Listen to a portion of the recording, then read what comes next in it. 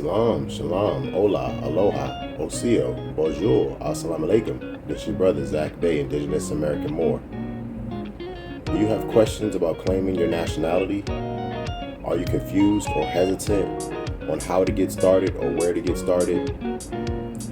Resources on what to study, questions and answers, maybe even a question on where to purchase an authentic fez. Help me help you. Book your session below. Use keywords Moorish nationality.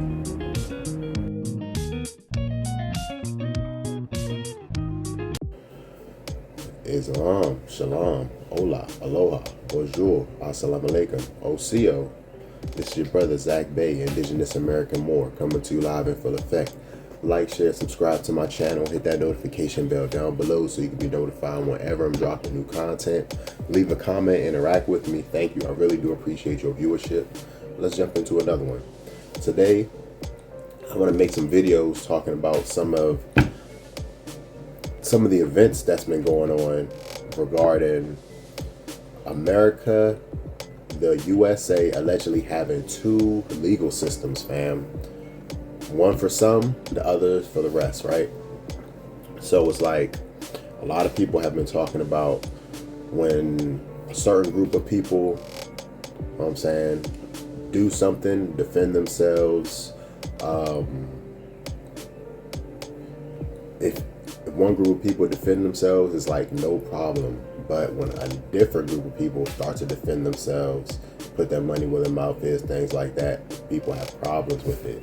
I'm just gonna say, like, they just don't like this system. These racists, these neo-Nazis, these people, these colonizers, like, they do not like when the indigenous people, the melanated people, the Niji, the so-called African Americans, the so-called black people of this nation, right? The Moors, fam, they don't like when we put our money where our mouth is. They don't like when we band together and unite against them. They don't like when we speak truth to power, fam. They don't like when we start to operate the same way that they do, that they have been doing to us for years. So the fact that people think that it is like two different legal systems where some people get treated, and you might have heard it in the past. Like, I remember it was like an Asian immigrant who got arrested about a year or so ago, and he painted his face like all black. He did the whole blackface thing, and he was like, "It's because you're treating me like I'm black in America," right? I'm just like, man, these people know that we are treated poorly. I also remember the author and the sociologist Jane Elliott. She was speaking about, she also a educator, right? But Jane Elliott, if you don't know who this lady is, but she did the infamous eye color test to demonstrate like discrimination and like a racism in society, right? But she did like a TED talk or conversation, but she clearly asked a room full of people of European descent, would you want to switch places with the so-called black people in this country to be treated exactly how they're treated if all of you say they're treated exactly the same and justly? Nobody raised their hand, fam. Nobody was like, yeah, they're treated fairly, and I wouldn't mind switching places with them. All of them was like, everybody was silent, button lip, right? So I want to show a few videos about the Carmelo Anthony situation, right? This young brother down in Texas was assaulted and allegedly used a weapon to defend himself, right? Regardless of my opinions of what happened, but honestly, I believe it was self-defense. Who knows exactly how much mental anguish, how much humiliation, how much bullying that this athlete and his twin brother may have did to young Carmelo Anthony, right? So the fact that he stated clearly that if you put your hands on me, I will defend myself. And Texas has the stand your ground law. They also have the castle doctrine, things of that nature. When it comes to protecting your home, stay at your home. But Texas also has lifted any restrictions on like weapons bans or anything like that, right? Brass knuckles, knives, open carry, all that stuff is completely legal and lawful in the state of Texas, right? In Texas state, you know what I'm saying? The Texas Republic. But I'm going to show a few videos of people talking about young Anthony and what he's going through, and I'm also going to show some videos talking about how people are talking about how there's like two legal systems, or how the legal system operates in two completely different ways. So I'm going to show a few of those, and then I want to end the video with on a positive note, right? A high note. But let me know what you think down below in the comments. All right, we'll be right back. There are currently two systems running this country, right? I pledge allegiance to the flag of the United States of America. Mm-hmm. Right. And to the republic for which it stands. Yeah. Right. So there's a republic and there's a democracy, and they don't want you to know about that. You said you're a nationalist, right? Yeah, I'm a statesman, if you will. Okay. You're what, 40? How old 43. And you think that being a U.S. citizen is what you strive for, right? Like, no, I have rights. That's Yeah. Like you guys have privileges granted to you by the government. I have rights. What does that mean? What does that mean is that they can mandate you to take a shot if they want to. how does that work within the laws? So are you mandated to drive 55 miles per hour? See, the answer is no. I'm not. I knew that was coming. It's a city ordinance violation, and I have constitutional rights. Yeah. Right. And one of those is I can travel across this country. You can't impede my right to travel if I'm not breaking the law. Okay. And the speed limit is not a law. It's a city ordinance violation. And according to Black's Laws Dictionary, which every court in the country goes by, the definition of a crime is when I commit harm to a person or entity, which I'm not doing any harm to a person or entity by going 80 and a 55. Now, I don't drive around speeding everywhere. Because I believe I'm trying to use that as an example. No, absolutely. Absolutely. And I do know if I get pulled over, it's going to probably cause me more trouble than I need. Stuff and to know your rights is, me as a police officer, I don't have to come up and just tell you your rights, right? That's something that you should know and be able to exercise those. So I can try to work around that if you don't know what your exact rights are with the voluntary contact. I'm trying to see what you're doing out here and be proactive in policing. So it's very important that you know your rights. Now y'all already know I cannot stand these people right here. But this officer made a valid point. He made a valid point, and you should take heed to what he said. He said it's not his job to walk up on you and inform you of your rights. It's important for you to know your rights. Haven't I been trying to teach y'all rights on this platform? By now you should have already read the Constitution, because I talk about it a lot on this platform. Congress shall make no law respecting an establishment of religion or prohibiting the free exercise thereof, or abridging the freedom of speech or of the press, or of the right of the people peacefully to assemble and to petition the government for a redress of grievances. A well-regulated militia being necessary to the security of a free state, the right of the people to keep and bear arms shall not be infringed. That's just the First and Second Amendment. But right there it clearly says the right of the people to keep and bear arms shall not be infringed. So possession of a handgun by convicted felon is null and void to your Second Amendment right to bear arms. In other words, it's unlawful and it's illegal for them to charge you with possession of a handgun by convicted felon. You have to understand that these police officers are not going to tell you your rights. It's your job to know your rights. Ignorance of the law is no excuse. A person who is unaware of the law cannot escape liability for violating the law merely because they were unaware of the law. There's no way that you've been watching my page and you aren't aware of the law. And you just heard it from this officer's mouth. It's not his job to tell you your rights. It's your job to learn your rights. So what does that mean? It's time for you to learn your rights.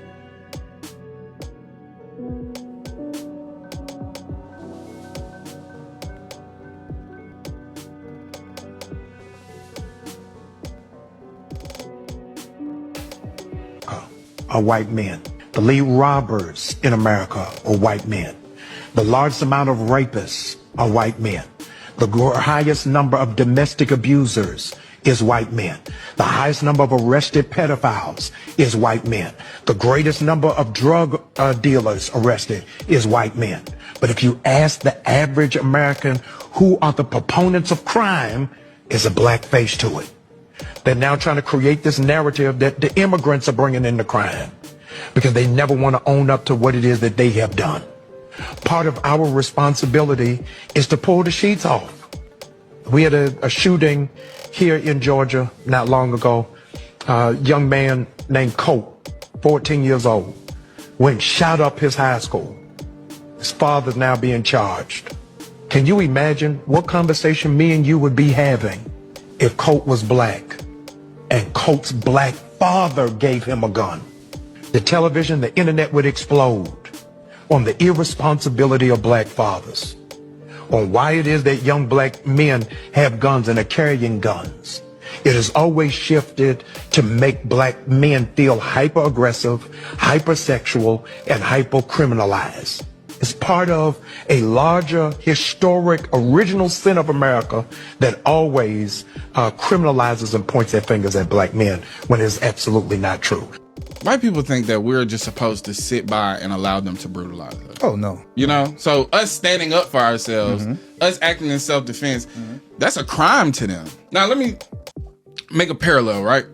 Because Twitter is full of bots. They're trying to paint this young man as a savage, but the real way we respond is by supporting. And the way we support is make sure that he has the best lawyer in the country. Facts. Right? Darren Wilson, officer who killed Mike Brown. No problem when everybody donated to his GoFundMe. Right. George Zimmerman had a GoFundMe. Kyle Rittenhouse had a GoFundMe. No issues there. Now that black people are coming out and putting their money up in support, same thing y'all do. When it's on tape that you dead ass wrong and y'all still support your own. Now they trying to say it's fraud. They all this like white people. A fucking white lawyer is trying to get the fundraiser taken down and all this type of shit. But the thing is this: they don't like that we are. See, this is what they used to niggas doing. Yeah. Is finding fault with him. They used to us siding with them and finding fault. Oh, no matter what was happening, this is what they want niggas to say. No matter what was happening, he shouldn't have got stabbed. Nobody should have been harmed. Oh, but it's okay to bully us. Yeah. And you thought you and your brother, and then now you done died in your brother's arm. Shit happens. Huh? I'm not in a position to have any empathy for this anymore. I'm tired of trying to look at both sides of situations. I'm trying to be understanding. I'm tired of us trying to find fault within ourselves when all we should be doing is defending ourselves. Facts. If you're defending yourself, how can you be in the wrong? Okay. But the way that America looks at these things is that no, that's what we do, guys. That's what we do. We brutalize you. We bully you. We provoke you. And then the second that you stand up for yourself, we'll paint you as the villain. Well, that's not happening because black people know the playbook too well. Y'all run the same plays over and over. And this time, instead of letting the voices of black America be loud to take the side of white people, the voice of black America be loud in support of Carmelo Anthony, as they should be. This is absolutely crazy, y'all. Look at this. Now, this is a 6-foot-something man compared to a maybe 5'2" woman, a black woman, though. Y'all, this is the same officer. The same officer. Look how much patience he got for that man. He pushing and all of that. Look at this. This man chilling. I'm going to post the whole video in my story so you can hear what he's saying. That officer still, he chilling. He chilling. But while State Representative Cannon is over here, let me just sanitize my hands, and knocks on the door one time. Same officer. Look at him. Look at him. Same officer. One knock, you arrested. This man, he got all the patience for him in the world. How is it that's the way that a black woman is treated in the same Capitol doing her job? But this man, this same officer, got so much patience for this big man that is towering over here. At some point, we gonna have to call a spade a spade. This is some bullshit. But let me get this straight. The Kyle Rittenhouse crew is now saying that this 17-year-old Carmelo Anthony was not justified in defending himself, even though he was in a space and place that he was supposed to be. Meanwhile, Kyle Rittenhouse self-volunteered being a vigilante, traveled illegally across state lines, and quote unquote was put in a position to defend himself when he was able to inspire two people. But this person right here, this child right here, you know what I'm saying, was in a space and place he was supposed to be, gave the child a fair warning and said, hey, put your hands on me again and see what happened, allegedly. And we see what happened. But what we see right here is the media do not treat 17-year-olds the same at all. This child right here, they finding all type of pictures and all different ways to depict him as being hyper criminal and as being irrational, especially when it comes to defending himself. This child right here was always already seen as a rational actor, and everything that they did was seen as being justifiable because, hey, he was being a vigilante. But see, we've been knowing y'all don't treat our 17-year-olds the same. Whether they defending themselves, whether they live to tell a story, or they get put up under. You're going to always find a way to justify any bodily harm that was happening to them, and they better not defend themselves. What Malcolm X said, y'all want us to be passive, docile beings. And to be clear, I feel sorry for what happened to Austin and what's happening to his family. I also feel sorry for him and what's happening to his family. We all wish the incident that transpired under the tent never led to any type of altercation between these two, but now it's happening the way that the media is trying to depict this man right here, and they deniable plausibility of engaging in racial aesthetics while also being able to say they not, it ain't getting past nobody. You know what I'm saying? Education is elevation, and I hope this man right here gets a fair day in trial. Hey, I thought it was innocent to proven guilty. Oh, I separate when it's our kids, huh? What is so intimidating about a black man with a gun saying that I'm not going to allow a terrorist to harm my family? These aren't police officers or soldiers. We're business owners. Your fathers, your sons, daughters. These are civilians, members of the Lincoln Heights Safety and Watch Program. It's a duty. Okay, let's go. The duty, protecting their neighborhood, the majority black village of Lincoln Heights, Ohio. After neo-Nazis held a rally here last month, carrying rifles, waving swastikas, and hurling racial slurs, just moments before children were let out of school. At the time, law enforcement officials said the neo-Nazis did not break any laws, but an investigation by county prosecutors is ongoing. Weeks later, the KKK came with these flyers. Every day, the Safety and Watch group escorts children to school and patrols the streets. Why do you all wear masks? Those Nazis, we have reports of them finding our backgrounds, so we're not hiding ourselves from the residents, but we're protecting our family from what we're doing out here. Are you worried at all that having a potentially armed response could just create more friction, create more danger? I'll answer that by saying I've never felt safer as a black man. There's one thing that you could tell black people as a race. What would you say?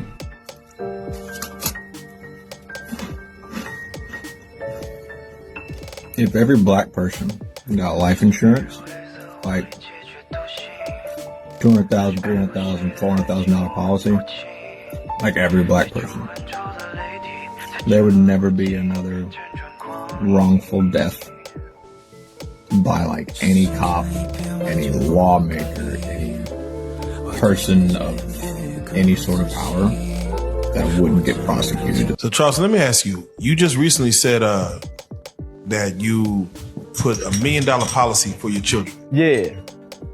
How would black America, the black community, look if most parents did the same thing you just did and put $1 million policies, accidental death and dismemberment, things like that for their children as much? We'll have reparation in 3 years. Man.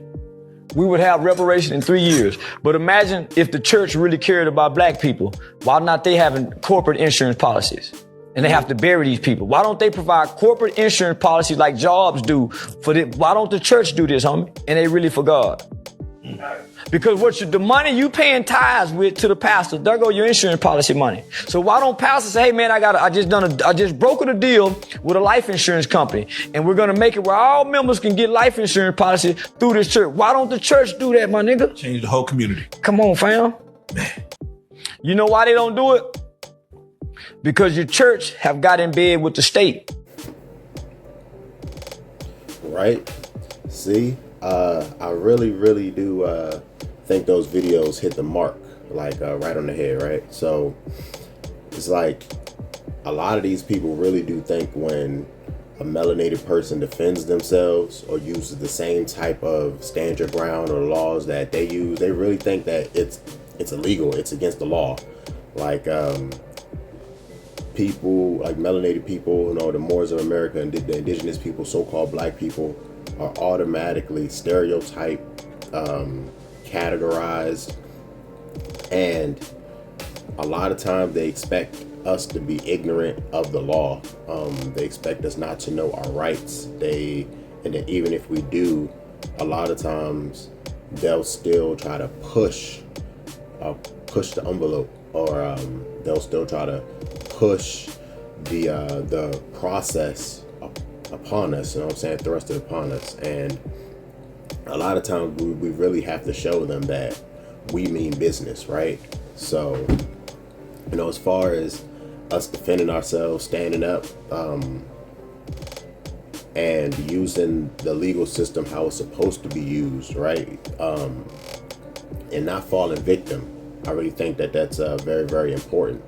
The one guy who was saying that a life insurance policy and plan would change things like overnight, I really think that that has some force behind it. Like, I really think that could potentially change things, right? But we've seen how a lot of these insurance companies have been operating lately, especially when it comes to like the homeowners insurance, right? So we can't put all of our like trust and all of our stock inside of these insurance companies, right? But something like that, having insurance bonds, security bonds on our people, on our family, our loved ones, really would stop a lot of these wrongful deaths and dismemberment, right?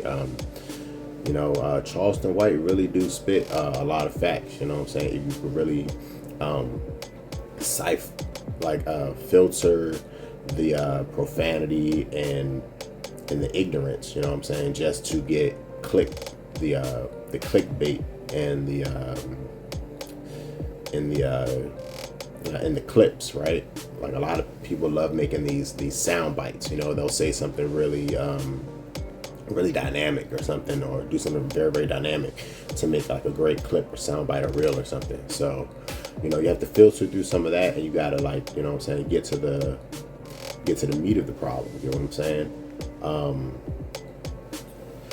I wanna end this video on a positive note, but you know what I'm saying, our prayers are going out for the young Carmelo Anthony, and anybody who might be in a situation like that, right? We really, really, really have to get our stuff together, you know what I'm saying? We got to unite. We have to make sure that this stuff doesn't constantly happen, that we aren't constantly being the target or the victim of this system, or people who try to use this system against us to our detriment and to their benefit, right? But like I said, I want to end this video on a more positive note. Once again, this is your brother Zach Bay, Indigenous American Moor. Peace. Like, share, subscribe. It's really crazy how when your gift of discernment is at an all-time high, it's so strange interacting with people now. Because there's a lot of genuine people out here, but there's also a lot of not so genuine people out here. And a lot of those not so genuine ones, they pretend so well like they're genuine. But it's like, because your bullshit detector is on point, you like, this motherfucker think they slick. They got everybody in this bitch fooled, but I see you. It be so weird interacting with people now. This person that everybody else loves and adores, you see right through their ass and you like, this motherfucker is not what y'all think they are. And sometimes they know you know. They know you know. It's like y'all got a psychic connection. They know that you know. That's why they might not like your ass. That's why they might act funny with your ass. Because they know you see right through their ass. And it's like y'all are natural enemies. It's like they not your enemy, you're their enemy because you see them. Vibrate so high that certain people can't even be around you because your energy is so strong. Vibrate so high that anybody that's wishing to do evil upon you, it shall be revealed. Vibrate so high that any evil entity feels uncomfortable in your presence. Vibrate so high that strangers come up to you and compliment you. Vibrate so high that people want to be around you because you actually heal them. Vibrate so high that anybody that wishes to do harm towards you shall perish. Vibrate so high that anybody that has evil intentions shall get revealed. Vibrate so high that you heal the earth. Vibrate so high that you heal your community. Vibrate so high that you heal the world. Vibrate high.